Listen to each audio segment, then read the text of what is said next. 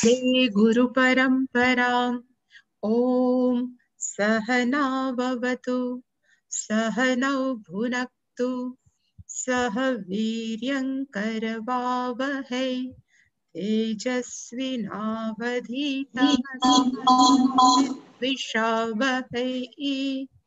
ओम शांति शांति शांतिः। ॐ पार्थाय प्रतिबोधितां भगवता नारायणेन स्वयं व्यासेन ग्रथितां पुराणमुनिना मध्ये महाभारतम् अद्वैतामृतवर्षिणीं भगवतीम् अष्टादशाध्यायिनीम् अम्ब त्वामनुसन्दधामि भगवत् गीते भवद्वेषिणीम् यं ब्रह्मा वरुणेन्द्ररुद्रमरुतस्तुन्वन्ति दिव्यैस्तवैः वेदैः साङ्गपदक्रमोपनिषदैर्गायन्ति यं सामगाः ध्यानावस्थिततद्गतेन मनसा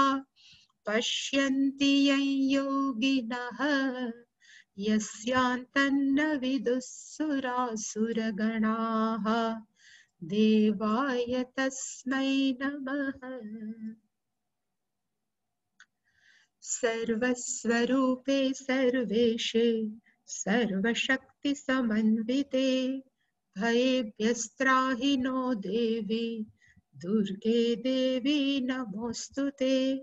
रोगानशेषानपहंसि तुष्टा रुष्टा तु कामान् सकलानभीष्टान् त्वामाश्रितान् विपन्नराणां त्वामाश्रिता ह्यश्रयतां प्रयान्ति।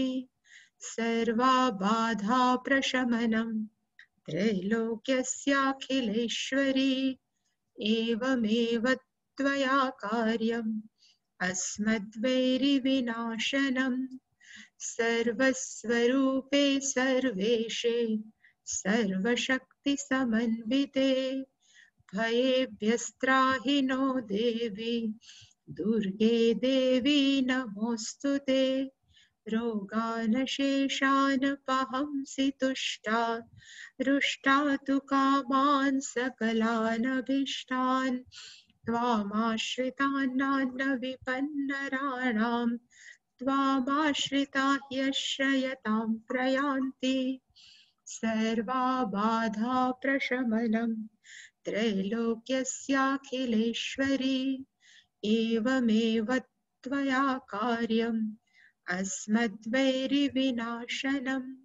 सर्वस्वरूपे सर्वेशे सर्वशक्तिसमन्विते भयेभ्यस्त्राहि नो देवी दुर्गे देवी नमोऽस्तुते। रोगानशेषानपहंसि तुष्टा रुष्टा तु कामान् सकलानभीष्टान् त्वामाश्रितान् विपन्नराणां त्वामाश्रिता ह्यश्रयतां प्रयान्ति।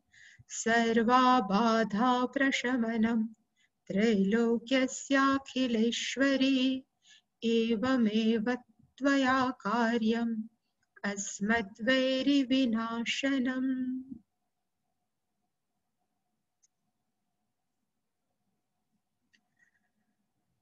श्रीभगवानुवाच ऊर्ध्वमूलमधः शाखम् अश्वत्थं प्राहुरव्ययम् छन्दांसि यस्य पर्णानि यस्तं वेद स वेदवित्। अधश्चोर्ध्वं प्रसृतास्तस्य शाखाः गुणप्रवृद्धा विषयप्रवालाः अधश्च मूलान्यनुसन्ततानि कर्मानुबन्धीनि मनुष्यलोके न रूपमस्येह तथोपलभ्यते नान्तो न चादिन्न च सम्प्रतिष्ठा। अश्वत्थमेनं सुविरूढमूलम् असंग शस्त्रेण दृढेन चित्वा।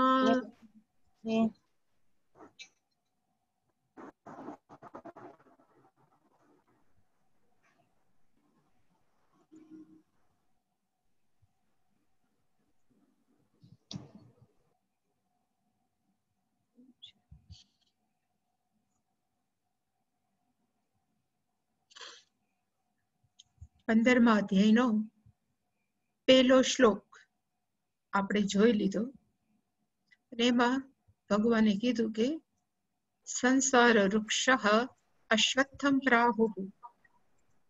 આ સંસારનું વૃક્ષ છે, સંસાર રૂપી વૃક્ષ છે, એની કમ્પેરિઝન અશ્વત્થમ, એની કમ્પેરિઝન છે એ પીપળાના વૃક્ષ સાથે પ્રાહુઃ, એની કમ્પેરિઝન કરવામાં આવી છે.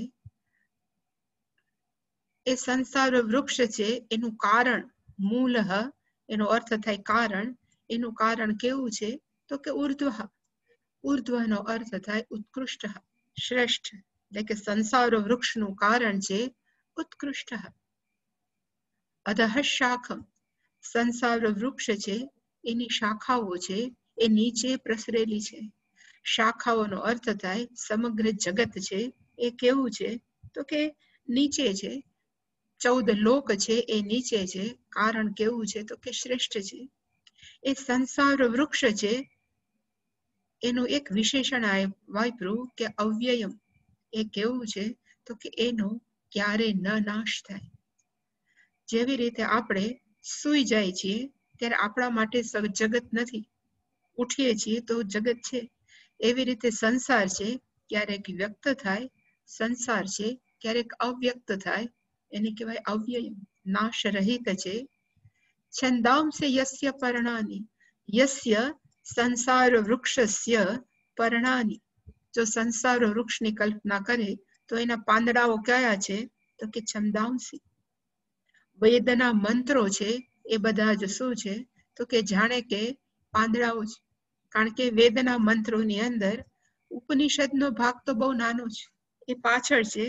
જ્યારે કર્મકાંડ છે એ બહુ મોટો છે, અને કર્મકાંડની અંદર ઘણા બધા પ્રલોભનો વેદોએ આપ્યા છે કે તમે બધું જ પ્રાપ્ત કરવાનો હક છે માણસોએ.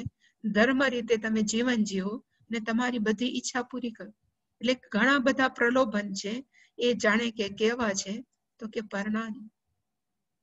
યહતમ વેદ, એ સંસાર વૃક્ષને યહતમ વેદ, વેદ જે એને જાણે છે. અહીંયા વેદનો અર્થ વૃક્ષ સામ યજુ નથી પણ જાનાતી. જે આ સંસાર વૃક્ષને જાણી જાય છે, સહ વેદવિદ, એ વ્યક્તિ કેવી છે તો કે સમગ્ર વેદને જાણવા વાળી. પછી એને બીજું કઈ જાણવા જેવું રહેતું નથી. અને લાસ્ટ ટાઈમ પણ મેં એકવાર કીધું હતું કે હંમેશા સંસાર વૃક્ષ છે એકવાર જાણી જાય, અને 15મો અધ્યાય જે વ્યક્તિ વ્યવસ્થિત જાણી જાય એને ક્યારે પણ બીજી વાર જન્મ લેવો નથી પડતો. જો એને વ્યવસ્થિત પચાવી જાણે, એસિમ્યુલેટ કરી જાણે કે પચાવી જાણે, તો એ વ્યક્તિ છે આત્મજ્ઞાની થઈ. એટલું આ 20 શ્લોકોની અંદર ભગવાને જ્ઞાન ભર્યું છે. કેમ છૂટવું એ પણ ભર્યું છે. એટલે કે આ 15મા અધ્યાયનો પહેલો શ્લોક. પછી બીજો શ્લોક, અધઃ ચ ઉર્ધ્વં પ્રસુતાઃ તસ્ય શાખાઃ ગુણ પ્રવૃદ્ધાઃ વિષયઃ પ્રવાલાઃ અધઃ ચ મૂલાની અનુસંતતાની.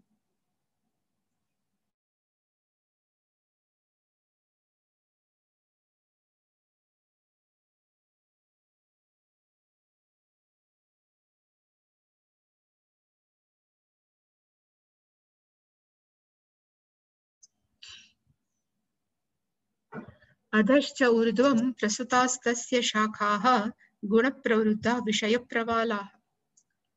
તસ્ય સંસાર વૃક્ષસ્ય શાખાઃ, આ સંસાર વૃક્ષની શાખા છે એ કેવી છે તો કે પ્રસુતાઃ, ફેલાયેલી છે.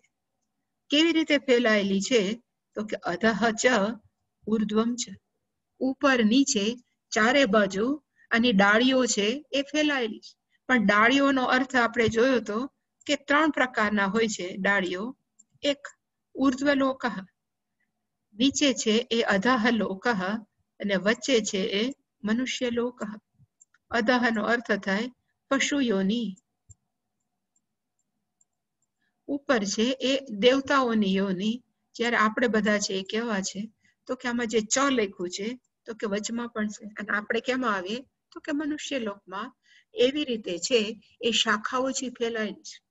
કોકને પ્રશ્ન થાય કે ભગવાન છે એ પાર્શિયલ છે, એટલે કે ભગવાન છે એ પક્ષપાતી છે, તો કે અમુક માણસોને ઉર્ધ્વમ શ્રેષ્ઠ યોની આપે, અમુકને છે એ અધઃ યોની આપે, એવું ભગવાન છે એ પાર્શિયલ છે? તો એને કીધું કે ના, આ યોની કયા બેઝ ઉપર છે તો કે ગુણ પ્રવૃદ્ધાહ. આ શાખાનું આ બંને છે વિશેષણ છે. સંસાર વૃક્ષની શાખા કેવી છે તો કે ગુણ પ્રવૃદ્ધાહ શાખાહ વિષય પ્રવાલાહ શાખા. આ ડાળીઓ છે એમાં જે માણસોને સારો ખરાબ જે જન્મ મળે છે એ કયા બેઝ ઉપર છે તો કે ગુણ પ્રવૃદ્ધાહ. જેની અંદર સત્વ ગુણ પ્રધાન છે અને એ બહુ પુણ્ય કરે, સ્વર્ગલોકાહ પ્રાપ્નુવંતી. જે છે અત્યંત નિકૃષ્ટ કર્મ કરે એને પશુ યોની પ્રાપ્નોતી, અને આપણા જેવા રજોગુણ સત્વગુણ વાળા મિશ્રણ છે એ મનુષ્ય લોકમ પ્રાપ્નોતી, એને કહેવાય ગુણ પ્રવૃદ્ધાહ. પ્લસ એ શાખા કેવી છે તો કે વિષય પ્રવાલાહ. વિષય અને પ્રવાલનો અર્થ આપણે જોયો હતો કે સપોઝ આ વૃક્ષની જે બધી ડાળીઓ આમ નીકળી હોય, એ ડાળીમાંથી પછી અહીંયા એક સ્પ્રાઉટ થાય, એક ગાંઠ જેવું થાય, અને એક ગાંઠમાંથી જે બીજી ડાળી નીકળે એને કહેવાય પ્રવાલ. એટલે કે ગાંઠ છે એને કહેવાય પ્રવાલ. સંસાર વૃક્ષના આ પ્રવાલ, આ ગાંઠો કોણ છે તો કે દુનિયાની વિષયો. દુનિયાના વિષયો છે એ કેવા છે તો કે લાઈક એ પ્રવાલ. હવે પ્રવાલ એને શું કામ કહેવામાં આવ્યા છે કે જેમ જેમ આપણે વિષયોને સાથે પ્રેમ વધારતા જાય એમ એમ આપણું સંસાર સાથેનું અટેચમેન્ટ છે એ વધતું જાય. હું આજે જ વિચારતી હતી કે વિષયોની અંદર મનુષ્યો પણ આવી શકે, વિષયોની અંદર બહારના પદાર્થો પણ આવી શકે, અને અત્યારે ખાસ વિષયોની અંદર 2 વસ્તુ આવી શકે, આપણા પોતાના મોબાઈલ અને આપણા પોતાના લેપટોપ. એ એટલા બધા પ્રવાલ જેવા છે કે આપણને એમાંથી માથું ઊંચું કરવા દેતા જ નથી. એ કાંઈક ને કાંઈક રીતે આપણને સંસારની એક્ટિવિટી સાથે શું કરે છે તો કે બાંધી રાખે છે.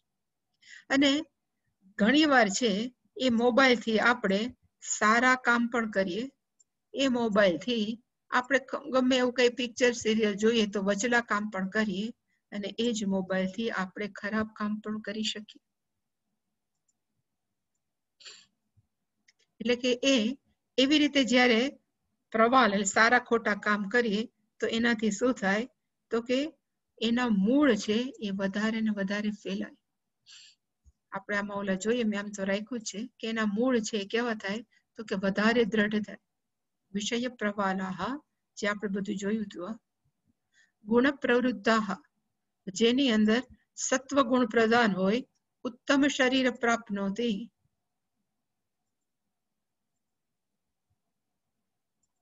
રજોગુણ પ્રધાન હોય એ મનુષ્ય મધ્યમ શરીર પ્રાપ્નોતી, અને જે તમો ગુણ પ્રધાન હોય એ અધમ શરીર, એ પશુ યોનિનું શરીર પ્રાપ્ત કરે. વિષય પ્રવાલાહ, એટલે કે જે શબ્દાદિ વિષયા. શંકરાચાર્યજી લખ્યું અહીંયા કે વિષયો કોણ છે તો કે શબ્દ સ્પર્શ રૂપ રસગંધ. એ બધા કેવા છે તો કે વિષયો જેવા, અને એ વિષયોથી જ આપણે એ વિષયોની ડિમાન્ડ પૂરી કરવા માટે આપણે હંમેશા શું કરીએ છીએ તો કે કર્મ કરીએ છીએ. એ કર્મ કરવાથી આપણને શું પ્રાપ્ત થાય તો કે એ જ પાપ પુણ્ય, અને એ પાપ પુણ્ય છે એ આપણને શેના માટે જવાબદાર છે તો કે બીજો જન્મ. એટલે કે આવી રીતે સાયકલ છે એ ચાલ્યા જ કરે છે. એટલે ભગવાન કીધું મનુષ્ય લોકે અધઃ ચ કર્માનુબંધીની મૂલાની અનુસંતતાની. એટલે ભગવાને કીધું કે આવી રીતે કર્મના બાંધવા વાળા મૂળો છે એ કેવા છે અનુસંતતાની, એ પ્રસરેલા છે. હવે કોકને પ્રશ્ન થવો જોઈએ કે મૂળ છે તો એકવાર આવી ગયું કે ઉર્ધ્વ મૂલઃ, તો હવે અધઃ મૂળ શું કામ? કારણ કે ઉર્ધ્વ મૂળમાં આપણે જોયું કે આખા સંસાર વૃક્ષનું કારણ કેવા છે? તો કે ઈશ્વર છે. અને એ કેવા છે? તો કે સર્વશ્રેષ્ઠ. એટલે કે જ્યારે મૂળાની રૂટ એટલે કે આ મૂળ એટલે કારણની વાત આવે તો બે પ્રકારના મૂળ છે.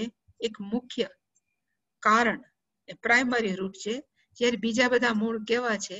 તો કે ફેલાયેલ. હવે એ બીજા બધા મૂળ છે એનું તો પેલા કહી દીધું પેલા શ્લોકની અંદર, ઉર્ધ્વ મૂળ ઉત્કૃષ્ટ મૂળ કારણ કયું છે? તો કે ઈશ્વર. પણ અહીંયા જે લખ્યું છે અધઃ મૂળાની અનુસંતતા, એ કયા મૂળ છે? એટલે એને લખ્યું કર્માનુબંધી. એટલે મૂળ ક્યાં છે? એટલે શંકરાચાર્યજીએ ભાષ્યમાં લખ્યું આપણે કર્મ કરીએ, કર્મનું ફળ મળે, અને એ કર્મના ફળથી આપણા મનની અંદર શું ઉત્પન્ન થાય?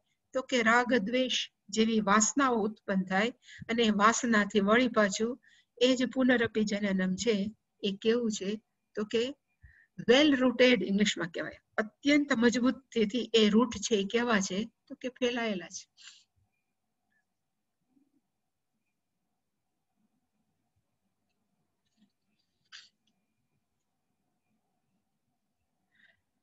અને અહીંયા જે મેં એક લખ્યું છે કે આપણું મન હંમેશા શું કરે છે? તો કે આપણે એક નિર્ણય લઈ, આ વ્યક્તિ કેવી છે? સારી છે. આ વસ્તુ કેવી છે? સારી છે. આ પરિસ્થિતિ કેવી છે? તો કે સારી છે. અને એનાથી ઊંધું વિચારીએ કે આ વ્યક્તિ સારી નથી, પરિસ્થિતિ સારી નથી, કોઈ વિષય પણ સારા નથી. એટલે કે આપણા મનની અંદર બે ભાગ પડેલા હોય, આ સારું છે, આ ખરાબ છે, આ સારું છે, ખરાબ છે. આવું જયારે મનની અંદર આપણે બે ભાગ પાડી નાખ્યા, જે સારું છે એને પ્રાપ્ત કરવા માટે આપણે સારું છે એનો અર્થ આપણે એના પર શું છે? તો કે આસક્તિ છે. એટલે કે સારું પ્રાપ્ત કરવા માટે આપણે શું કરીએ? તો કે પ્રવૃત્તિ કરીએ. જે ખરાબ આપણને ગમતું નથી એનેથી આપણે હંમેશા શું કરીએ? તો કે દૂર ભાગીએ. એ દૂર ભાગવી એ પણ પ્રવૃત્તિ છે, અને એની નજીક જવું એ પણ પ્રવૃત્તિ. એટલે કે જીવનભર આપણને ગમે એને પકડી રાખવા માટે પ્રયત્ન કરવામાં કર્મો કર્યા કરીએ, અને જે આપણને નથી ગમતું એને દૂર રાખવા માટે પણ આપણે કર્મ કર્યા કરીએ. એ બધા કર્મ છે એને શું કહેવાય? તો કે કર્મ અનુબંધી. જેમ મેં કીધું કે એક જ મોબાઈલ છે, એમાંથી સારા પણ થાય, ખરાબ પણ થાય, અને સામાન્ય વસ્તુ પણ થાય. એ બધા જ કર્મ છે એ કેવા છે? તો કે આપણને બાંધવા વાળા. અને સેમ પુનરપી જનનમ પુનરપી મરણમ. અને આ મૂળ કેવા છે? અનુસંતતાની. અનુસંતતાનો અર્થ થાય ચારે બાજુ પ્રસરેલા છે. અહીંયા જે કુચડીની આજુબાજુના ખેડૂતો છે ને, એ દર વર્ષે એકાદ ઝાડ કાપીને લઈ આવે. એટલે અમે કીધું કે આવડા મોટા ઝાડ થઈ ગયા, એને તમે કાપો છો શું કામ? એટલે કે અમારા ઘરના આવીને એને મૂળિયાએ અમારી દિવાલને ઉચકી દીધી. એ શું કામ મૂળ છે એ જમીનને ઉચકાવે છે? કારણ કે મૂળ કેવા થઈ ગયા છે? અનુસંતતાની. એ સારી રીતે ફેલાઈ ગયા છે. પછી વડલાનું હોય, પીપરનું કોઈ પણ વૃક્ષ છે એ કેવું છે? તો કે ફેલાયેલું છે. કઈ જગ્યાએ? એટલે ભગવાને કીધું મનુષ્ય લોકે. મનુષ્ય લોકની અંદર આ કેવું છે? તો કે વેલ સ્પ્રેડ. પણ આ બે શ્લોકની અંદર ભગવાન ખરેખર કેવા શું માંગે છે? કે માણસ છે એ હંમેશા આ સંસાર વૃક્ષની અંદર કેવું છે? તો કે ફસાયેલું. સતત કર્મ કર્યા કરે, અને સતત છે એ પાછો નવો જન્મ લીધા કરે, કર્મ કરે, પાપ પુણ્ય કરે, જન્મ લે. આવી રીતે એનું સંસાર ચક્ર છે એ ચાલ્યા જ કરે. હવે માણસોને પ્રશ્ન થાય કે ક્યારેક પણ આ સંસાર વૃક્ષમાંથી છૂટવું હોય તો છૂટાય કે ના છૂટાય? એને ધ્યાનમાં રાખીને હવે ભગવાને ત્રીજો શ્લોક 15મા અધ્યાયમાં કીધો. અને ત્રીજો શ્લોક આપણે એનું ચેન્ટિંગ કે પાઠ તો કરી લીધો.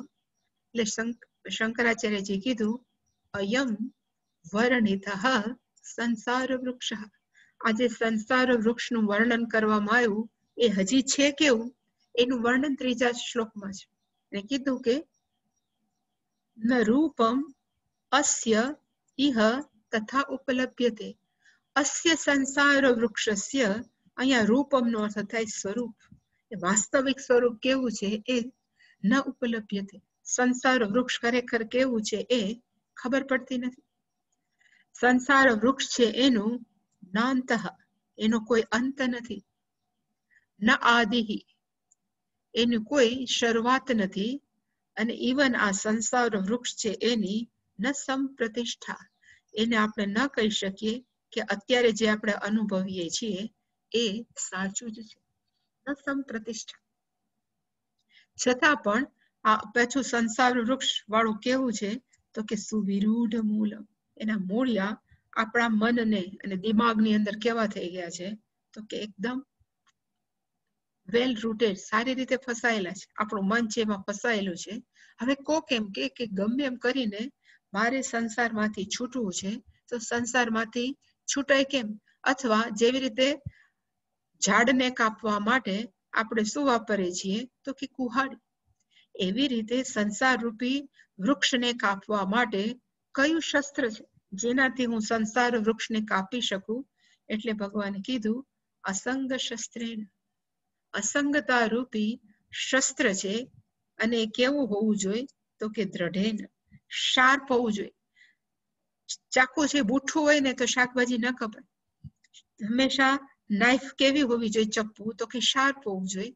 એવી રીતે આ કુહાડી ઝાડને કાપવા શાર્પ હોવી જોઈએ. એવી રીતે અસંગ રૂપી અસંગતા કેવી હોવી જોઈએ તો કે શાર્પ. એનાથી જ સંસાર વૃક્ષ શું થાય તો કે ચિત્વા, એને કાપીને. આ શ્લોક છે આ પૂરો નથી. ચિત્વાનો અર્થ થાય સંસાર વૃક્ષને અસંગ રૂપી શસ્ત્રથી કાપીને, એવું એનું ગુજરાતી થાય. પણ કાપીને શું કરવું એ નથી. એટલે કે આ ત્રીજો શ્લોક છે આપણે કહી શકીએ કે કેવો છે? અધૂરો છે. એનું ચોથા શ્લોકની અંદર ભગવાન પૂરો કરશે. હવે આપણે એ અન્વય જે હું હંમેશા કરું છું, તથા ઇહ, કે એવી રીતે ઇહ એટલે કે અહીં અસ્ય રૂપમ, રૂપમનો અર્થ થાય સ્વરૂપ. જેવી રીતે હું કહું કે પાણીનું સ્વરૂપ કયું, તો સાયન્સ સ્ટુડન્ટ છે એમ કહેશે કે પાણીનું સ્વરૂપ કેવું છે તો કે એમાં 2 હાઇડ્રોજન ઓક્સિજન છે, અને એક હાઇડ્રોજન, 2 હાઇડ્રોજન એક ઓક્સિજન છે. ગોલ્ડ છે તો એમાં શું છે તો કે ઓરસના કેવા છે તો કે 3 છે. એવી રીતે આખું સ્વરૂપ, એનું સ્વરૂપનો અર્થ થાય સાચું સ્વરૂપ, જે ક્યારેય ન બદલાય એવું સ્વરૂપ છે.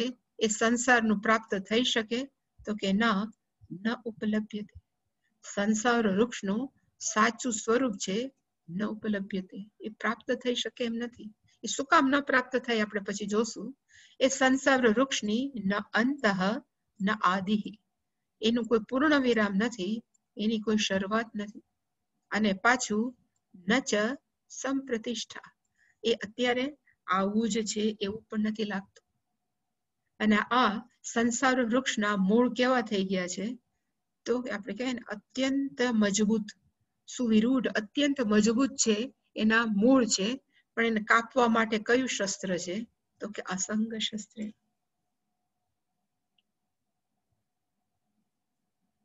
પૂજ્ય સ્વામીજી, અમારા જે પૂજ્ય સ્વામીજી છે એમ કહેતા હતા કે અહીંયા તમે છૂટું પાડી દીધું છે, પણ કદાચ જો અહીંયા હોય તો. પૂજ્ય સ્વામીજી પાસે એક વ્યક્તિ આવી, અને એ વ્યક્તિ આવીને એવું કીધું કે સ્વામીજી બધું સમજાય છે 15મા અધ્યાયની અંદર, પણ એક શસ્ત્ર નું નામ મેં ક્યારેય સાંભળ્યું નથી. અને શસ્ત્ર કેવું છે તો એને આ અડધો મ અને અ ભેગો કરીને એને કીધું કે શસ્ત્રનું નામ છે મસંગ શસ્ત્ર. કે મસંગ શસ્ત્ર ક્યાં મળે, કઈ દુકાનમાં મળે ખબર નથી પડતી. એટલે સ્વામીજીએ કીધું કે ભાઈ મસંગ શસ્ત્ર નથી, એનું નામ છે અસંગ શસ્ત્ર. કારણ કે તમે જયારે ગીતાજી જોવો ને ત્યારે આખી લાઈન લખી હોય તેમાં લખ્યું અશ્વત્થમેનમ સુવિરૂઢ મૂલમ અસંગ શસ્ત્રેણ દ્રઢેન ચિત્વા. અહીંયા તમે સંધિ છૂટી પાડી છે એટલે આ મ ને અ છૂટા છે, એટલે આમાં લખ્યું હોય મસંગ. એટલે માણસો એમ કે શસ્ત્રનું નામ કેવું છે તો કે મસંગ, પણ મસંગ નથી, અસંગ છે. હવે આમાં એક એક શબ્દ છે તથા ઇહ, એનું અહીંયા વર્ણન કર્યું છે કે સંસાર વૃક્ષ છે એ કેવું છે. માણસો જે વર્ણન કરે છે એટલે કીધું કે જે સામાન્ય માણસો છે, આપણે કહેવાય ને કે વધારે પડતું જે વિચારતા નથી, જે બસ જીવે જ જાય છે, એને સંસાર વૃક્ષ છે કેવું લાગે છે એનું વર્ણન અહીંયા લખ્યું છે. અહીંથી અહીંયા સુધી એને લખ્યું કે યદ્યપિ, આવું છતાં પણ સંસાર વૃક્ષસ્ય, આ જે સંસાર વૃક્ષ છે એને અમુક માણસો છે કેવી રીતે જુએ છે, તો એને લખ્યું કે પામર દ્રષ્ટિ. આપણા ગુજરાતીની પામર દ્રષ્ટિ નહીં. પામર નો અર્થ થાય સામાન્ય માણસો, જેને એમ સંસાર સારો ન લાગે, ખરાબ ન લાગે, સંસાર છે કેવો છે તો બસ જીવીએ જાય, એવો જે માને છે એને કહેવાય પામર દ્રષ્ટિ. એ બધા વ્યક્તિઓ માટે સંસાર કેવો છે તો કે એમાં પાંદડાઓ છે, સંસાર વૃક્ષની અંદર ફૂલે આવે, સંસાર વૃક્ષની અમે કામ કરીએ તમને ફળે મળે. એટલે કે અમુક માણસો છે એને કેવી રીતે જોવે છે, રમણીયત્વેન, અત્યંત રૂપાળું છે આ સંસાર વૃક્ષ છે એવી રીતે જોવે છે. અને સંસાર વૃક્ષ છે શું છે, આશ્રયણિત્વમ, આશ્રય આપે છે. આપણે સંસારમાં છે તો આપણને ગમે ત્યારે આશ્રય તો મળી જાય. એવું કોણ જુએ છે તો કે સામાન્ય માણસ, જેને વિચારવા માટે ટાઈમ નથી. પણ એવા પણ માણસો છે એને કહેવા છે તો કે પંડિતે હિ સૂક્ષ્મ બુદ્ધિ બી. અમુક માણસો છે એ કેવા છે તો કે સૂક્ષ્મ બુદ્ધિ વાળા. જયારે સૂક્ષ્મ બુદ્ધિ આવે ને એનો અર્થ એવો નહીં કે માઇક્રોસ્કોપમાં જોવા વાળા કે દૂરના વસ્તુ છે ટેલિસ્કોપ થી જોવા વાળા, પણ સૂક્ષ્મ નો બુદ્ધિનો અર્થ થાય જે બુદ્ધિને સ્થૂળ પદાર્થોની અંદર રસ નથી. જે બુદ્ધિને હું કોણ છું, મન છે, એ તો ક્યારે માઇક્રોસ્કોપમાં દેખાતું નથી, તો મનને કેવું કહેવાય, સૂક્ષ્મ. તો મારું મન આવું શું કામ વિચારે છે, હું કરું છું એ તો મને દેખાતું નથી, તો ખરેખર હું કોણ છું, એવું જે વિચારવા માટેની જેની પાસે બુદ્ધિ છે એવી વ્યક્તિને કહેવાય સૂક્ષ્મ બુદ્ધિ ભી મનુષ્ય. એવા કેટલાય મનુષ્ય છે જેની પાસે કેવી છે તો કે સૂક્ષ્મ બુદ્ધિ. અને કેવા છે તો કે પંડિત. અહીંયા પંડિત નો સ્કોલર નથી, જે આપણે કે ને ગુજરાતીમાં પંડિત એટલે પંડિત જ કરીએ અને ઇંગ્લિશમાં કહેવાય સ્કોલર. આ સંસ્કૃતના પંડિત છે, આ ફલાણાના પંડિત છે, એવું નહીં. પણ અહીંયા પંડિત નો અર્થ થાય આત્મજ્ઞાની, ગીતાના દ્રષ્ટિએ.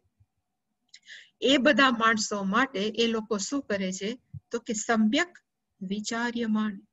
એ લોકો જયારે સારી રીતે સંસાર વૃક્ષ કેવું છે એનો જયારે વિચાર કરે છે ત્યારે એને સંસાર વૃક્ષ કેવું લાગે છે તો કે એનું રૂપ છે નિત્યત્વેન સુખ રૂપત્વેન વર્ણિતમ તેન ન ભવતી. કે આ લોકો જેવી રીતે સંસારને સુખ રૂપ જોવે છે એવું જે સૂક્ષ્મદર્શીઓ છે એને ક્યારેય લાગતું નથી કે સંસાર આવો. એટલે અહીંયા જે લખ્યું છે કે ન ઉપલબ્ધ્યતે, ખરેખર સંસાર જોવા જાય એમ કે આમાં બહુ રમણીયતા છે, બહુ મજા આવે છે, એવું ન ઉપલબ્ધ્યતે. અને કેવી રીતે સુખ રૂપત્વેન, આમાં બહુ મજા છે એવું માણસોને ક્યારેય લાગતું નથી. અને પછી એ લોકોએ વધારે એનાલિસિસ કર્યું ને એમાં લખ્યું કે કેટલાક એવું કે છે શાસ્ત્રની અંદર આપણું સ્વર્ગ છે કેવું છે તો કે કાયમ છે, ધ્રુવાનો અર્થ નિત્ય છે. પૃથ્વી કેવી છે તો કે નિત્ય છે, પણ આપણને ખબર છે કે પૃથ્વીમાં પ્રલય થાય છે અને આખું જગતનો પણ પ્રલય થાય છે. તો અહીંયા કોઈ પણ વસ્તુ ધ્રુવ નથી. ધ્રુવનો અર્થ થાય પરમેનન્ટ, નિત્ય નથી. એનો અર્થ કે આપણે જે અહીંયા રહીએ છીએ એ કોઈ પણ વસ્તુ છે પરમેનન્ટ નથી. અને પાછું બીજે ક્યાંક એ લોકોએ વાક્ય જોયું કે સ્વર્ગ લોકાહા અમૃતમ ભજન્તે. સ્વર્ગમાં રહેવા વાળા છે એ બધાને અમૃત તત્વ પ્રાપ્ત થાય છે. પણ એ જ ગીતામાં આપણે જોયું કે ક્ષીણે પુણ્ય મર્ત્ય લોકમ વિશંતિ. એનો અર્થ કે સ્વર્ગ લોક પણ અમૃત તત્વ નથી, એ પરમેનન્ટ નથી. ત્યાં પણ માણસોએ પાછું આવવું પડે છે કે દુનિયાની બધી જ વસ્તુ છે એ નિત્ય લાગે છે પણ જોવા જાય તો નિત્ય નથી. એને કહેવાય તથા ઇહ. જે તથા ઇહ હવે પછીનો છે કે અસ્ય સંસાર વૃક્ષસ્ય રૂપમ ન ઉપલભ્યતે. આ સંસાર વૃક્ષ છે એનું સ્વરૂપ છે એ આપણે જેમ જેમ તપાસીએ ને એવી રીતે એને આપણને સાચું સંસાર કેવો છે ખબર નથી પડતી. ન ઉપલબ્ધ્યતાનો અર્થ થાય આપણને જાણ નથી થતી કે આપણને ખબર નથી પડતી. અને જ્ઞાનીની દ્રષ્ટિએ જેનામાં વિવેક છે એ લોકો સંસારને કેવી રીતે જોવે છે, એટલે અહીંયા જે બધું વર્ણન છે શંકરાચાર્યજીએ લખ્યું કે માણસો છે જે ડાયા વ્યક્તિઓ છે એ સંસારને કેવી રીતે જોવે છે.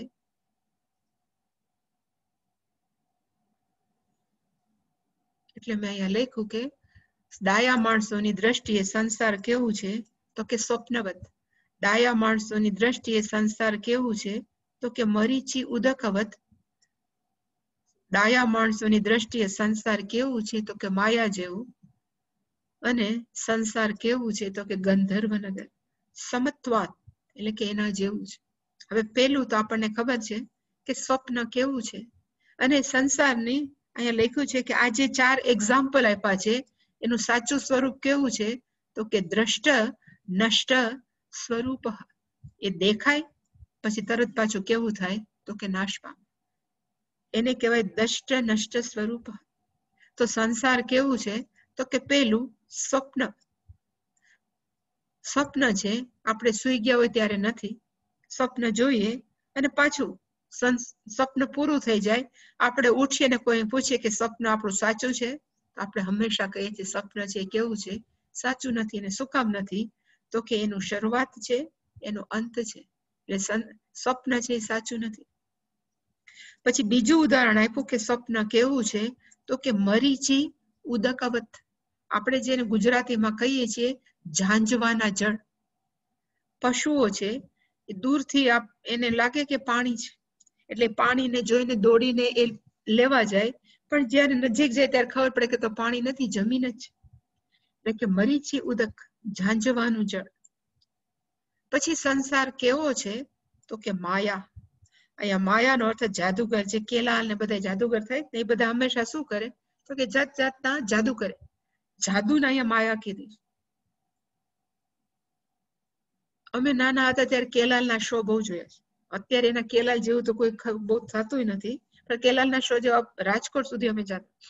હવે એમાં કેલાલ એટલે ઘણા બધા જાદુ કરતા, એમાં છેલ્લે એમ કે એક છોકરીને બોલાવે, એને કીધું કે જોઈ છોકરી છે, એટલે આપણે કે આ છોકરી છે. પછી કે હમણાં હું એને કાપી નાખીશ, એટલે છોકરીને સુવડાવી દે સ્ટ્રેચર જેવું એના ઉપર. પછી તલવાર લે, તલવારથી કટકા કરે, પછી અડધો ભાગ આમ જાય ને અડધો ભાગ આમ જાય એવું આપણે જોઈએ. અને થોડીક વાર પછી એમ કે હવે જો છોકરી પાછી હું પ્રગટ કરું, એટલે છોકરી પાછી પ્રગટે. તો એ જે કર્યું એને શું કહેવાય તો કે જાદુ. એવી રીતે આખો સંસાર છે કેવો છે તો કે આપણને એમ લાગે કે આ સાચો જ છે, પણ શાસ્ત્રમાં એવું કે છે કે જેની શરૂઆત છે, જેનો અંત છે, વચલું બધું પણ કેવું છે તો કે જાદુ જેવું. જેવી રીતે ઘડો છે એ પેલા હતો તો કે નહોતું, ઘોડો તૂટી ગયો પછી છે તો કે નથી, તો વચલો પણ ઘડો કેવો છે તો કે નહીં જેવો. એવી રીતે છોકરી પેલા હતી, વચમાં નહોતી અને પાછી દેખાણી, તો એ છોકરી ખરેખર કેવી છે, જે કર્યું એ બધી પ્રોસિજર કેવી છે તો કે માયા, એક જાદુ છે. એવું જ આ સંસાર કેવો છે તો કે માયા જેવો. અને છેલ્લે શંકરાચાર્યએ કીધું ગંધર્વનગર. આપણે એમ થાય ગંધર્વનગર તો બહુ સારી એક જગ્યા છે, આપણે ત્યાં જઈને વસવું જોઈએ, પણ ગંધર્વનગરનો અર્થ થાય વાદળાઓની દુનિયા. ફ્લાઇટમાં જતા હોય કે ઇવન જયારે ચોમાસું હોય ત્યારે આપણે વાદળા કહેવાય ને આકાશમાં આપણે બહુ જોઈએ. ઘણી વાર અમે નાના હતા ત્યારે કે જો આ વાદળાનો આકાર કેવો છે તો કે ઘોડા જેવો છે. હજી કોકને કહેવા જાય કે આ વાદળાનો આકાર ઘોડા જેવો, ત્યાં ગધેડું થઈ ગયું હોય કે હાથી થઈ ગયું. એનો અર્થ કે સતત એ દ્રશ્ય છે કેવું થાય તો કે બદલાણા કરે. એ બદલાણા કરે એનો અર્થ થાય પેલા દૃષ્ટ થાય, પછી એ દ્રશ્ય પાછું કેવું થાય નષ્ટ થાય. એવી રીતે આખો સંસાર અત્યારે આપણે જો એનું એનાલિસિસ કરીએ કે એનું પરીક્ષણ કરીએ તો એ હંમેશા કેવો છે તો દેખાય છે પણ પાછો નાશ પામે. આપણે રોજ સુઈ જઈને બીજે દિવસે ઉઠીએ ને તો એ જ નથી હોતું. આપણે અંદરના ઘણા બધા કોષ છે એ નાશ પામે. આપણા અંદરની ઘણી બધી કહેવાય ને કે લોહી છે એની અંદર પરિવર્તન આપે પણ દેખાતું નથી. પણ જૂનું લોહી છે નષ્ટ પામે, નવું લોહી છે ઉત્પન્ન થાય. એને કહેવાય સંસાર છે એનું સાચું સ્વરૂપ કયું કે જે કાયમ રહે એવું કઈ મળે છે તો કે ના, ન ઉપલબ્ધ્યતે. કારણ કે સંસાર કેવો છે દેખાય છે, નાશ પામે. દ્રષ્ટ નષ્ટ સ્વભાવ. એવી રીતે આપણે એમ થાય કે હાય સંસાર બહુ દુઃખ વાળો છે, એમાં છૂટીએ તો સારું. તેને કીધું ન અંત. જો તમે સંસારને સાચું માનતા હો તો એમાં એવું ક્યાંય નથી કે તમે એમાંથી છૂટી શકો. એટલે ભગવાન કહે છે ન અંત, આ સંસારનો ક્યાંય અંત નથી. અને પાછું એમાં લખ્યું કે માણસો સંસાર વૃક્ષને ક્યારેક કેવું માને તો કે દુઃખ રૂપત્વ. સંસાર છે બહુ દુઃખ વાળો છે અને માણસો એમ માને કે દુઃખ છે તો આવે ને જાય, તો દુઃખ અનિત્ય હોય એવું નક્કી કરીને માણસો એવું વિચારે કે હવે મારે જીવન જીવવું છે. તો ખરેખર દુઃખ કેવું છે કે લીધું કે છાયા જેવું. શેડો છે ને એ હંમેશા આવે ને જાય. એટલે દુઃખ પણ કેવું છે તો કે આવે ને જાય. દુઃખ છે એ કેવું છે તો કે ક્ષણિકત્વ. આપણને એમ થાય હાય દુઃખ ગયું ત્યાં પાછું આવી ગયું નવું બીજા સ્વરૂપમાં આવી જતું હોય. અને કિંચિત કાલમ એટલે માણસો વિચારે કે દુઃખને આપણે થોડા સમય સુધી સહન કરી લઈએ અને પછી આપણે શું થશે તો કે સુખમ ભોગતું, પછી આપણે જલસા કરશું, આપણે આનંદ કરશું. એવી જો માણસો શંકા રાખતા હોય તો એને કીધું કે ન અંત. તમારા દુઃખનો કે આપણા દુઃખનો ક્યારેય અંત નથી. સંસાર કેવો છે હું નથી કહેતી, પણ મેં એક સાંભળ્યું છે કે એક વ્યક્તિ હતી જંગલમાં ગઈ. હવે જંગલમાં ગઈ અને ભૂલી પડી અને ચારે બાજુ આગ લાગી અને એમ થયું કે આમાંથી કેમ બચવું. એટલે એક બાજુ દોડવા માંડી એ વ્યક્તિ. તો દોડતી તે તેને જોયું મારી પાછળ કોક દોડે છે. તો જોયું કે એની પાછળ છે સિંહ દોડતો હતો. એટલે એને એમ થયું કે હવે તો હું મર્યો. એટલે એ વ્યક્તિ વધારે દોડી તો સિંહ એનાથી પાછળ વધારે દોડ્યો. હવે દોડતા દોડતા એક કુવાની અંદર એ વ્યક્તિ પડી. હવે પડતી હતી ત્યારે હાથમાં એક ઝાડની ડાળી આવી ગઈ. એ ડાળીને પકડીને લટકી રહી. એટલે એને મનમાં વિચાર કર્યો કે જો આ સિંહ જતો રહે ને તો હું ડાળી ઉપરથી ચડીને પાછો કુવામાંથી બહાર નીકળી જઈશ, એવું વ્યક્તિ વિચારતી હતી. અને પેલો સિંહ છે એ ચારે બાજુ કહેવાય ને કુવાની ચારે બાજુ આંટા મારતા હતા. અને નીચે એને જોયું એ વ્યક્તિએ તો નીચે ઘણા બધા સાપ હતા. કુવો ડ્રાય હતો, સૂકો હતો અને એની અંદર ઘણા બધા સાપ આંટા મારતા હતા. એટલે એને થયું કે જો હું નીચે પડ્યો તો સાપ મને મારી નાખશે, જો હું ઉપર ગયો તો પછી મને સિંહ મારી નાખશે. આવું બધું વિચારતો હતો ત્યારે એક ઉંદર હતું. શાસ્ત્રની અંદર શ્લોક છે, એક ઉંદર હતું એ જે ઝાડની ડાળી સાથે લટકતા હતો એની ઝાડની ડાળી કાપતો હતો. હવે એ બધું એને ખબર જ હતી કે આમાં મારું કે બચવાનું શક્ય જ નથી. હવે એ જ ઝાડની ડાળી ઉપર મધપૂડો હતો. એ મધપૂડાની અંદરથી થોડુંક મધ છે એ નીચે પડતું હતું. હવે નીચે પડતું હતું એના હોઠની આજુબાજુ આવે નીચે પડી જાય. એટલે એને મોઢું લાંબુ કરીને એ મધ નો ટેસ્ટ કરવા માટે પ્રયત્ન કરતો હતો કે એ મધ કેવું હશે, ટેસ્ટી હશે કે નહીં. એવું આપણું છે. એટલે એમાં લખ્યું હતું કે આપણે કેવા છીએ તો કે ઓલમોસ્ટ આવા છે. જ્યારથી જન્મ્યા ત્યારથી કાળ રૂપી તો આપણી પાછળ પડ્યું છે. આપણને ખબર નથી કે કયો છેલ્લો દિવસ છે. કાળ રૂપી આપણે પાછળ સિંહ પડ્યો છે અને આપણે એમાંથી બચવા ગમે એટલા પ્રાણાયામ કરીએ, ગમે એટલું કરીએ, છતાં પણ એ કાળ રૂપી ઉંદર છે એ આપણી આયુષ્યને શું કરે છે તો કે કોતરે છે. કદાચ આપણે નીચે પડીએ સંસારમાં તો આપણને ઘણા બધા માણસો એવા છે ડંખ આપવા માટે તૈયાર છે. ઉપર જઈએ તો આપણને ખબર છે કે ઘણી બધી વ્યક્તિઓ એવી છે કે ઉપર પહોંચીએ તો ટાંટિયા ખેંચવા તૈયાર છે. આવા બધાની અંદર આપણને કોઈક બે મીઠા શબ્દ કે તો આપણે બહુ ખુશ થઈ જાય કે સંસાર કેટલું સરસ. આપણે મહિનો ખુશ રહે તો આપણે માનીએ છીએ કે સંસાર કેટલું સરસ, પણ ખરેખર જોવા જાય તો આપણા દુઃખનો કેવો છે તો કે ન અંત. તો કે દુઃખની શરૂઆત ક્યાંથી થઈ આ સંસાર વૃક્ષની તો કે ન આદિ. ઇવન આ સંસાર વૃક્ષ ક્યાંથી ચાલુ થયું એની શરૂઆત કોઈ ખબર નથી. કારણ કે મેં હંમેશા કીધું છે આ પ્રવાહ રૂપ છે, એ સાયકલિક કહેવાય ને ચક્રની જેમ સંસાર વૃક્ષ ચાલે છે. તો એની શરૂઆત પણ નથી, એનો અંત પણ નથી. એટલે લખ્યું કે આ શરૂઆત કેવી રીતે છે તો કે જનન મરણ દુઃખ પ્રવાહ. એ કેવું છે તો અજસ્રમ. અજસ્રમ નો અર્થ થાય સતત. સતત ચાલ્યા જ કરે છે. જન્મ થાય, મોટા થાય, મરણ થાય, જન્મ થાય, મોટા થાય, મરણ થાય. એ કેવું છે તો કે અજસ્રમ. પહેલો જન્મ ક્યારે લીધો ન આદિ. એનું કેવું છે એની શરૂઆત ક્યારે નથી. એટલે કે સંસાર વૃક્ષનો અંત પણ નથી, સંસાર વૃક્ષની શરૂઆત પણ નથી. તો હવે બાકી શું રહ્યું તો અત્યારે કેવું છે તો શાસ્ત્રે કીધું નચ સંપ્રતિષ્ઠા. જોવા જાય તો અત્યારે પણ એ સાચું જ છે એવું તમે ન કહી શકો. આ સંસાર વૃક્ષ છે એ સાચું છે એવું ન કહી શકો. ને શું કામ ન કહી શકો? કારણ કે શાસ્ત્રનો એક નિયમ છે, જેની શરૂઆત નથી, જેનો અંત છે, એ વચમાં કેવું છે તો કે નહીં જ. આદૌ અંતે ચ યત નાસ્તિ વર્તમાને પી તત્તથા. માંડુક્ય કારિકા નો ગૌડપાદાચાર્યજીએ આ એક નિયમ આપ્યો છે. જેની શરૂઆત છે, જેનો અંત છે, એ વચ્ચે પણ કેવું છે તો કે હોવા છતાં ન હોવા જેવું. પેલા માટી હતી, માટીમાંથી આપણે શું બનાવ્યો તો કે ઘડો બનાવ્યો.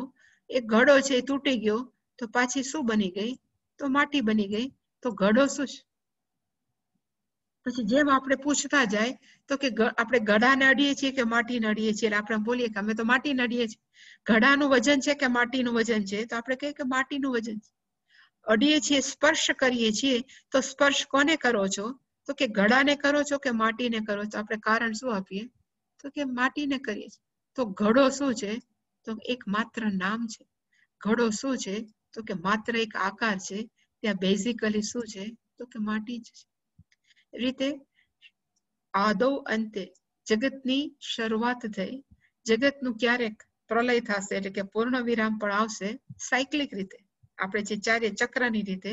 તો અત્યારે પણ એ કેવું છે તો કે નહીં જેવું. જેવી રીતે આપણે અલંકારના ઇન્વેસ્ટિગેશન કરી, જે પૂછીએ ને, તો અલંકાર શું છે તો કે સોનું છે. બંગડી બંગડી નથી, પણ બંગડી સોનું જ છે. ઘડો ઘડો નથી, ઘડો શું છે તો કે માટી છે. એવી જ રીતે ફર્નિચર ફર્નિચર નથી, લાકડું જ છે. એવી જ રીતે આખી આખું જગત જે આપણને અસંખ્ય નામ અને રૂપ વાળું દેખાય છે, એ ખરેખર કેવું છે તો કે ત્યાં ઈશ્વર જ છે. એટલે કે વર્તમાન પણ આખી આખા જગતનો નથી. એટલે કે નચ સંપ્રતિષ્ઠા, જેને આપણે અત્યંત સત્યતા આપીએ છીએ, જે જગતને, એ શાસ્ત્રની દ્રષ્ટિએ કેવું છે તો કે વાસ્તવિક નથી. ને સંપ્રતિષ્ઠા, એ સત્ય નથી.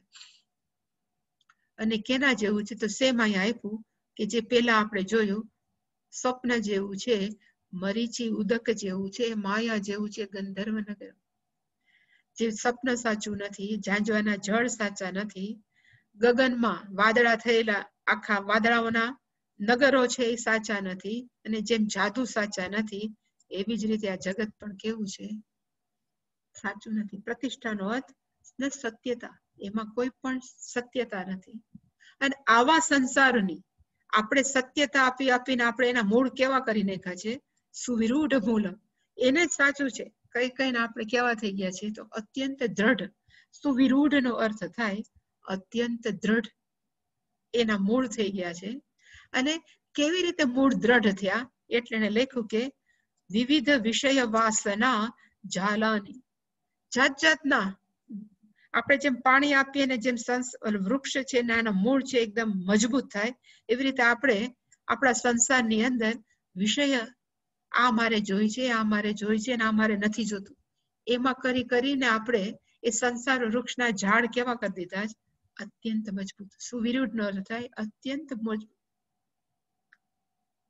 કોઈ પણ વસ્તુ આપણે ક્યારેય ચલાવી લેતા નથી જીવનમાં. મારે આવું જ જોયું, મને આ ન ફાવે, મને ન આ ફાવે, એનો અર્થ કે આપણા મનની અંદર અમુક વિષયો પ્રત્યે અમુક ઈચ્છાઓ રહી છે. અહીંયા વાસનાનો અર્થ ગુજરાતીની વાસના નથી. અહીંયા વાસનાનો અર્થ થાય જાત જાતની ઈચ્છા. ને વિવિધ વિષય વાસનાનો અર્થ થાય વિવિધ પ્રકારની વિષયોને ભોગવવાની ઈચ્છાથી એ ઝાડું કેવું થઈ ગયું છે તો કે અત્યંત મજબૂત. આ મૂળ છે એ આપણે ક્યાં નાની નાની બ્રાન્ચીસ એને થતી જાય થતી જાય. એવી રીતે તમ સુવિરૂઢ મૂળ.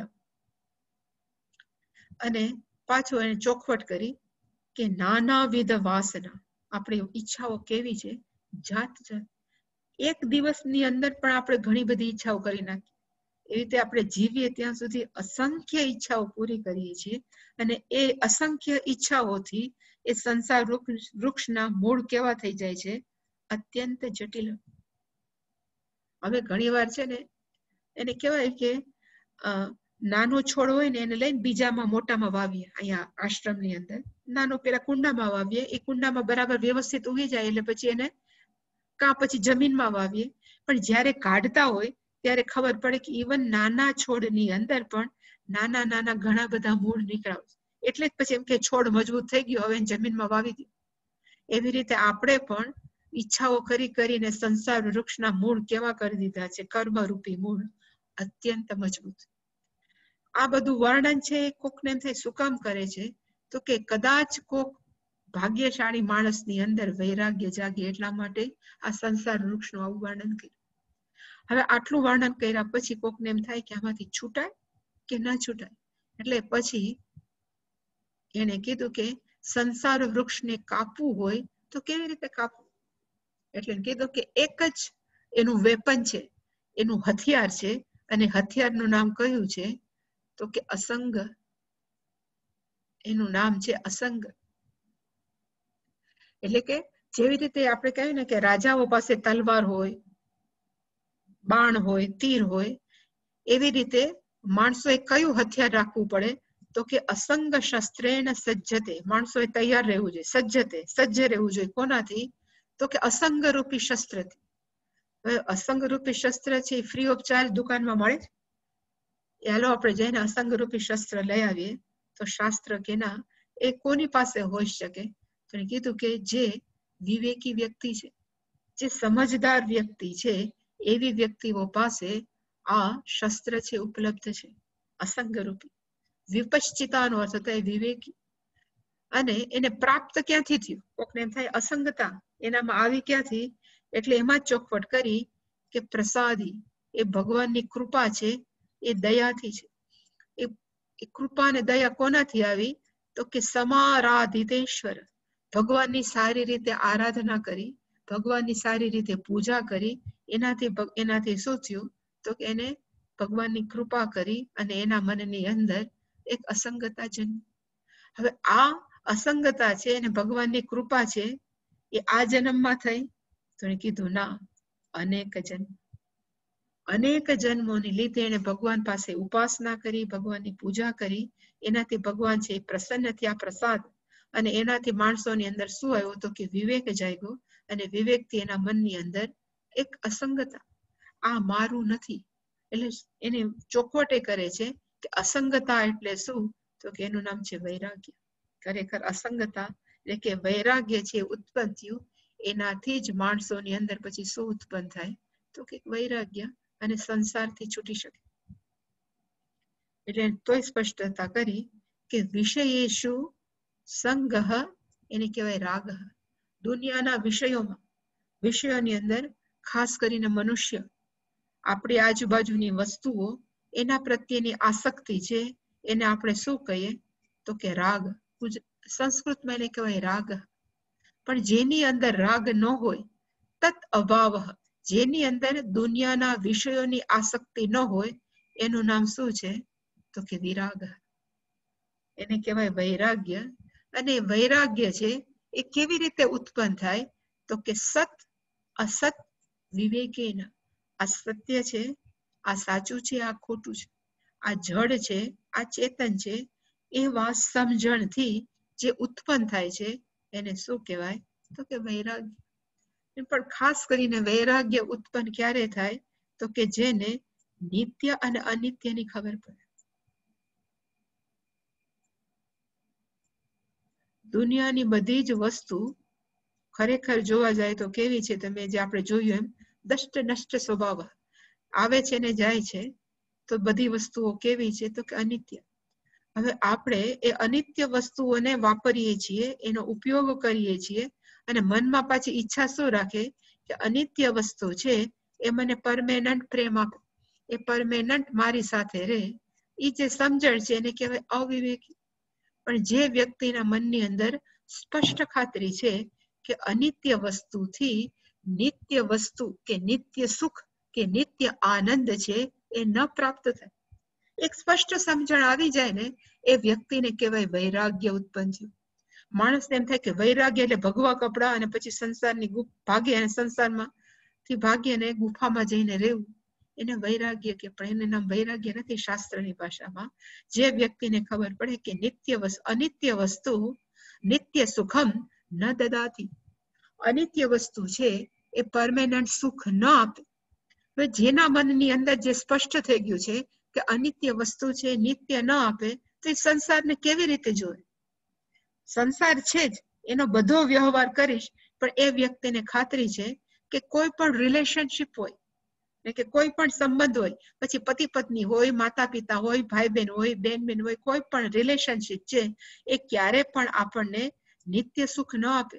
કારણ કે રિલેશનશિપ કેવી છે તો કે અનિત્ય. પછી એવી જ રીતે દુનિયાની કોઈ પણ વસ્તુ, પછી પૈસા હોય, પદ હોય, પ્રતિષ્ઠા હોય, માન હોય, સન્માન હોય, એ આપણે ક્યાં સુધી છે આપણને ખબર નથી. તો એ વસ્તુ કેવી છે તો અનિત્ય છે. માણસ છે એના પાછળ ન ભાગે. એ જે સમજણ છે એને કહેવાય વૈરાગ્ય. મેં કેટલી વખત એવું ઉદાહરણ આપ્યું છે કે બહેનોને નાના હમણાં એક નાની દીકરી છે, એને અમને બતાવ્યું કે જો મેં મારું કિચન વસાવ્યું છે. પછી એની અંદર નાનો વણાનો પાટલો, વેલણ, આખું કિચન ને જેટલું તપેલી, પછી પૂછે કરી તમને ચા બનાવી દઉં, તો નાનું ઓલું હોય એમાં મૂકે અને કે લો ચા બનાવે.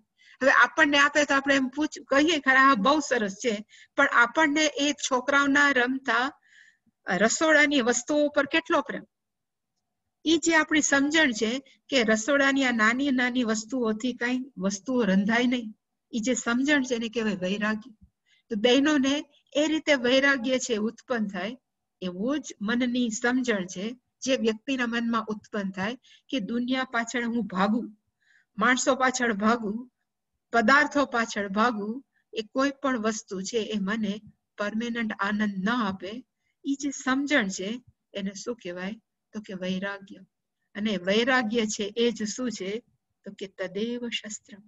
એ વૈરાગ્ય છે એ જ શું છે તો કે શસ્ત્ર છે. પણ ખરેખર એને શસ્ત્ર શું કામ કીધું વૈરાગ્યને? કારણ કે એટલા માટે કે શાસ્ત્રની અંદર અલેખ પ્રલોભન છે કે તમારે પૈસા કમાવા હોય તો તમે આટલું આટલું કરો. એટલે માણસ એ કર્મ કરે, પૈસા માટે એ કર્મ કરે, વળી કર્મ કરે એટલે પુણ્ય પાપ પ્રાપ્ત થાય. એ પુણ્ય પ્રાપ્તિ આપણને બીજો જન્મ, કે એવી રીતે આપણું સાયકલ જે ચાલે છે. હવે જેને ખબર પડે કે આપણે ગમે એટલું કર્મ કરશું અને એનાથી આપણને મને જે મળશે એ કાયમ મારી પાસે નહીં રહે, એ સુખ છે એ કાયમ મારી પાસે નહીં રહે. કર્મ કરશું ખરા, પણ એ કર્મનું ફળ મને આવી રીતે મળે, મને આમ જ થાય, એ ભાવના જતી રહેશે. એ જે સમજણ છે એ ભાવના જતી રહે એટલે આપણે પુણ્ય પાપના ભાગીદાર ન થાય. અને પુણ્ય પાપ આપણી પાસે ન આવે તો કાળક્રમે એક વખત એવો આવે કે આપણે પુણ્ય પાપથી છૂટી જાય. એ જ આપણને મોક્ષની રસ્તો બતાવે. એટલે કે એ શસ્ત્ર એટલે માટે છે વૈરાગ્ય કે આપણને કર્મ સાથેનું અટેચમેન્ટ છોડાવે છે. વૈરાગ્ય કે આ કર્મ કરવાથી મને આ ફાયદો થાય, એવું આપણા મનમાંથી ભાવના નીકળી જાય. એટલે જ ભગવાને કર્મયોગ ઉપર આટલું મહત્વ આપ્યું છે. કર્મયોગ ઉપર શું કામ મહત્વ આપ્યું? કે હું કર્મ કરું પણ હું મારા માટે ન કરું. હું કર્મ કોના માટે કરું તો કે ઈશ્વર માટે. એટલે વિષયેષુ રાગ એ આપણો ઓછો થઈ જાય. હું કર્મ કરું છું એ મારા પર્સનલ સ્વાર્થ માટે નહીં, પણ હું કોના માટે કર્મ કરું છું તો કે ઈશ્વર માટે. એટલે કે આસક્તિ ઓછી થાય. જેટલી આસક્તિ ઓછી થાય એટલું આપણી મનની અંદર વિવેક ઉત્પન્ન થાય. અને એ વિવેક છે એને જ કહેવાય વૈરાગ્ય. ભગવાન પછી દયા કરે, કરુણા કરે કે અનુગ્રહ કરે, અને અનુગ્રહથી આપણને શું પ્રાપ્ત થાય તો કે વૈરાગ્ય. એટલે એને કીધું કે તદેવ શસ્ત્રમ. એ વૈરાગ્ય શું છે? એ જ શસ્ત્ર છે સંસાર રૂપી વૃક્ષમાંથી છૂટવા માટેનું.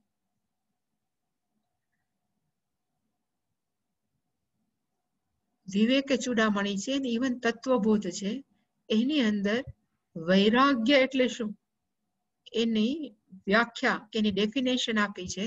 એટલે લખ્યું છે કે વૈરાગ્ય કોને કહેવાય? કહ વિરાગ. એટલે 2 વાક્ય લખ્યા છે એને. ઇહ અમૂત્ર અર્થ ફલ ભોગ વિરાગ. ઇહ નો અર્થ થાય આ જન્મની અંદર, અમૂત્ર નો અર્થ થાય મર્યા પછી સ્વર્ગની અંદર માણસોએ પૈસા જોઈએ છે.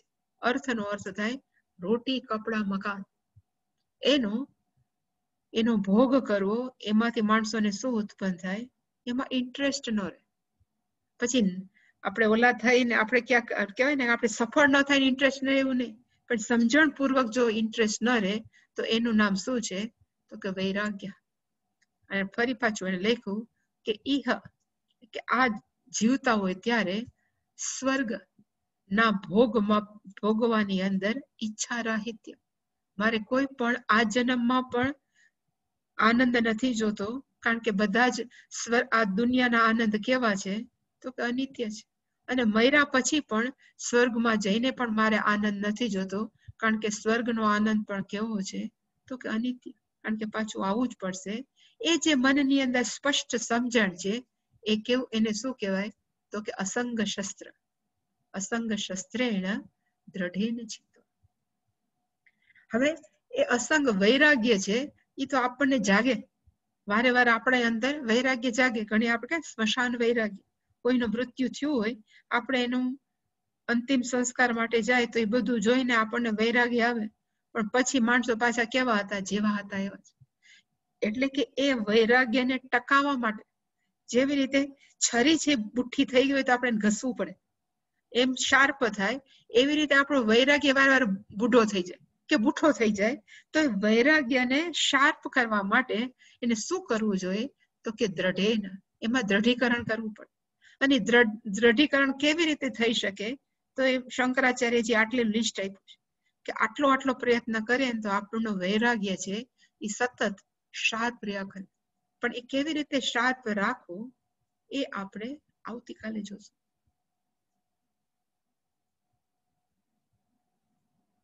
એક એક ક્વેશ્ચન આમાં કોઈને પણ?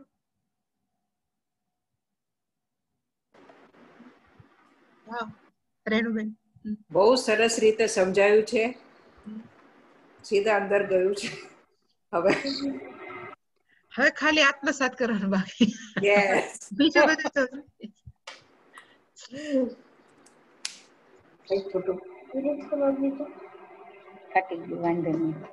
બીજા કોઈને પ્રશ્ન ખરો?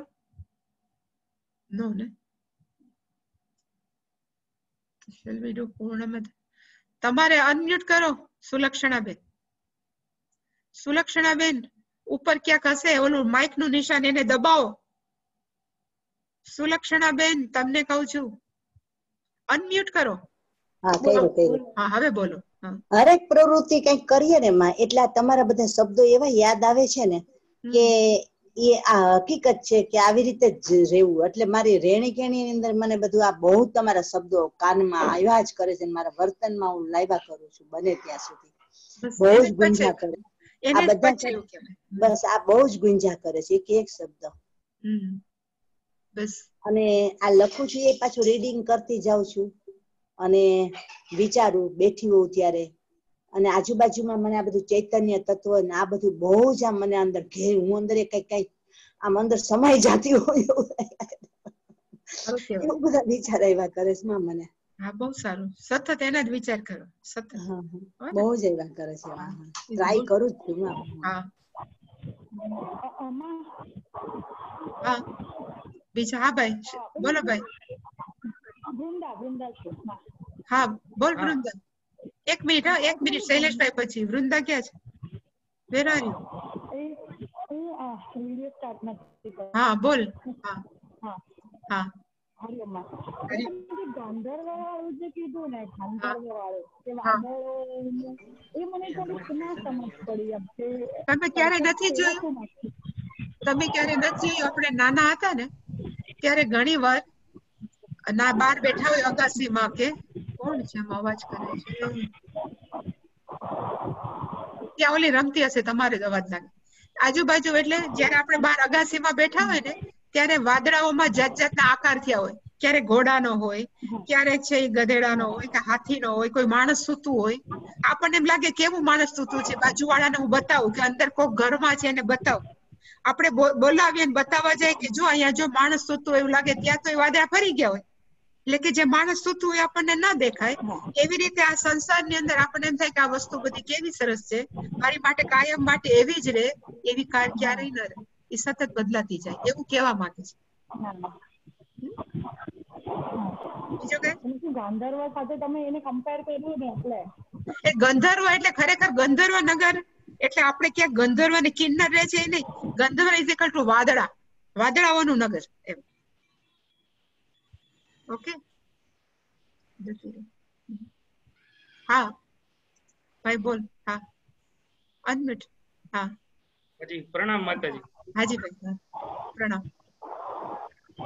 એટલે મારો ક્વેશ્ચન એવો છે કે આપણે આ બધા ગ્રંથો વાંચીએ છીએ કે ભગવાનની પૂજા નામ જપ બધું કરીએ છીએ, પણ કેવું થાય છે કે આપણે સપોઝ એક સાચી ડાયરેક્શનમાં 2 સ્ટેપ આગળ વધીએ તો આપણે આખા દિવસની જે આપણી જે બધા કાર્યો હોય આપણે એમાંથી આપણી બેઝિક ટેન્ડન્સી તો આપણી હજી કે આપણું અંતઃકરણ શુદ્ધ તો એકદમ પ્યોર તો હજી થયું જ નથી, એને તો તમારે કરતા જ રહેવું પડે, બરાબર? એટલે તમે 2 સ્ટેપ આગળ જાઓ તમને એમ લાગે પાછા 1 સ્ટેપ પાછળ આવી ગયા છો, પાછા 2 સ્ટેપ આગળ જાઓ તો 1 સ્ટેપ પાછળ આવી ગયા છો, કારણ કે ઓવરઓલ એટલે ટૂંકમાં આમાં એવું કહે છે કે ભાઈ તમને તમારો પ્રોગ્રેસ ના ખબર પડે કે તમે કઈ પ્રોગ્રેસ કરો છો કે નથી કરતા એમ.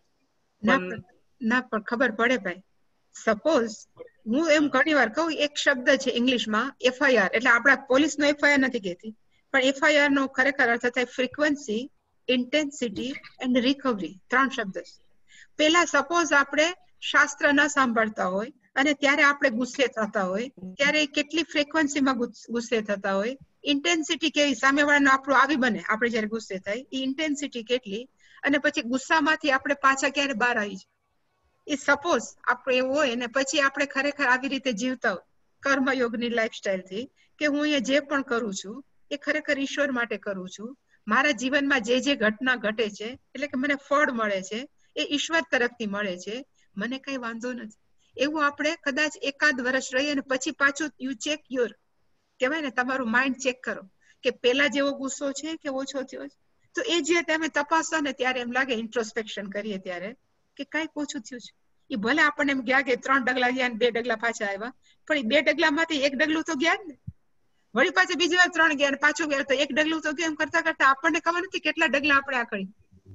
એટલે કે આપણે અંદાજ લગાવવો ઓછો છે, પણ આપણને જેમ ઇન્ટ્રોસ્પેક્શન કરીએ એમ આપણને ખબર પડે છે કે આપણે પેલા કરતા અત્યારે કેવા છીએ. એ રીતે આપણને જાણ એટલે થાય જ, પણ it will take time. Immediately it is a process. હા, ઇટ ઇઝ અ પ્રોસેસ. કારણ કે કેવું છે કે આપણે નાનપણથી મતલબ કેવું છે કે તમારું એક સ્ટાન્ડર્ડ છે, તમે ફર્સ્ટ સ્ટાન્ડર્ડ, સેકન્ડ સ્ટાન્ડર્ડ, તો એ બધાનો એક નિશ્ચિત સમયગાળો છે કે ભાઈ 1 વર્ષમાં તમારે પૂરું, 2 વર્ષમાં પૂરું, 3 વર્ષમાં ગ્રેજ્યુએશન છે તો 4 વર્ષમાં પૂરું. તો પણ આમાં કેવું છે કે તમે કરતા રહ્યો તમને એમ કે તમારો કઈ પ્લસ થાય છે કે તમે માઇનસમાં જ જાઓ છો, એડિશન થાય છે કે કઈ બધું માઇનસમાં જાય છે, ખબર નથી પડતી. એમ ઘણી વાર એવું થઈ જાય. આપણે સારી રીતે જીવતા હોય તો પ્લસમાં જ જાય, કોઈ દિવસ માઇનસમાં ના જાય. ઇટ સીમ્સ કે ઇટ ગોઝ ટુ માઇનસ, પણ એ ક્યારે ના જાય એવું લાગે, પણ ક્યારે ન જાય, કારણ કે ભગવાનને ખબર છે કે આ વ્યક્તિ છે વ્યવસ્થિત જીવે છે, એની ક્યારે નેગેટિવ થાય જ નહીં. આપણે કદાચ એવું લાગે, કારણ કે આપણે તો ઘોડાના ડાબલા જેવું છે કે આપણને ખબર નથી કે 5 વર્ષ પછી આપણું ભવિષ્ય કેવું વધારે સારું હોય. કદાચ નેગેટિવ માંથી આપણે કંઈક સારું ગોતી લઈએ તો 5 વર્ષ પછી એને કારણે જ આપણે વધારે સારી પોઝિશન હોય એવું હોય છે. બરાબર, ઠીક છે. પ્રણામ. હવે કોઈને પ્રશ્ન? Shall we do પૂર્ણ બધા? ના, FIR નું ફૂલ ફોર્મ કરો. Frequency, intensity, recovery. ફ્રીક્વન્સી નું ગુજરાતી શું થાય? આ ભાઈને આવડતું હશે, શૈલેષબેન દીકરાને. ફ્રીક્વન્સી નું ગુજરાતી શું થાય? ફ્રીક્વન્સી વારંવાર થાય ને, થાય ને. પુનરાવૃત્તિ કેટલી વાર થાય છે? હે? પુનરાવૃત્તિ કેટલી વાર થાય છે? પુનરાવૃત્તિ. પછી ઇન્ટેન્સિટી, તીવ્રતા, અને રિકવરી એનો અર્થ થાય શું થાય? રિકવરી સાચું થઈ જાવ, પાછું આવું. રિકવરી એટલે આપણે પાછા એમાંથી ક્યારે બહાર આવી જાવ, અને રિકવરી નું સારું શબ્દ ગુજરાતીમાં નથી મળતો. શું કીધું? રિકવરી એટલે પ્રેરકભાઈ વિચાર કરે છે. અચ્છા, વિચાર કરે છે. પણ એ 3 બહુ આપણે હરિયમ માતાજી, હરિયમ સુધારો થવો, સુધારો, રિકવરી, સુધારો. હા, કહી શકાય સુધારો. મારામાં કેટલો સુધારો આવ્યો. બીજાને જોઈને મારી ઇરિટેશન થાય છે કે ઓછું થયું? ઇરિટેશન ઓછું થવું જોઈએ ને, જેવા છે એવા સ્વીકારવાનું. ઇરિટેશન ઓછું થવું જોઈએ તો આપણામાં સુધારો થયો. બીજાને જેમ કરવું એમ કરવું, પણ એના વર્તનથી વાય શુડ વી ઇરિટેટ? એ આપણને ઓછું થઈ જાય ને તો પણ આપણે સુધરી ગયા ઘણા. આપણે એમ કહી શકાય જ્યારે વસ્તુ પરિસ્થિતિ કે વ્યક્તિમાં ફેરફાર કરવાની જરૂર ના લાગે આપણને, ત્યારે આપણો ડેવલપમેન્ટ બરાબર થયું છે. હા, એવું લાગે કઈ જરૂર, પણ જેવા જેવા સ્વીકારવાના. કોઈનો પ્લસ પોઈન્ટ જોવાની જરૂર નથી, કોઈનો નેગેટિવ પોઈન્ટ જોવાની જરૂર છે. જેવી રીતે કાંટાને સ્વીકારીએ છીએ ને જેવી રીતે ફૂલને સ્વીકારીએ છીએ, એવી જ રીતે આપણે મનુષ્યને સ્વીકારી શકીએ, એના કાંટાને ફૂલ સહિતના સ્વભાવને, વિધાઉટ બીંગ જજમેન્ટલ. તો આપણે એમ કહેવાય કે આપણામાં સુધારો થયો. પણ સુધારો તરત ન થાય, it will is a process. હંમેશા કહો એ લાંબો ગાળો છે, થઈ છે, થશે જ. હું તો કહે કે જો આપણે નક્કી કર્યું છે તો ડેસ્ટિની વિલ બીકમ, આપણે we will get the destiny, મળશે જ આપણને. ચિત્ત શુદ્ધિ થઈ જ જાય. ડેસ્ટિની ઇઝ અ ચિત્ત. થોડે એલર્ટ રહેવું પડે એમાં બસ. હા, એ તો રહેવું જ પડે. શું બોલીએ છીએ, શું વિચારીએ છીએ, બધા એલર્ટ રહેવું પડે.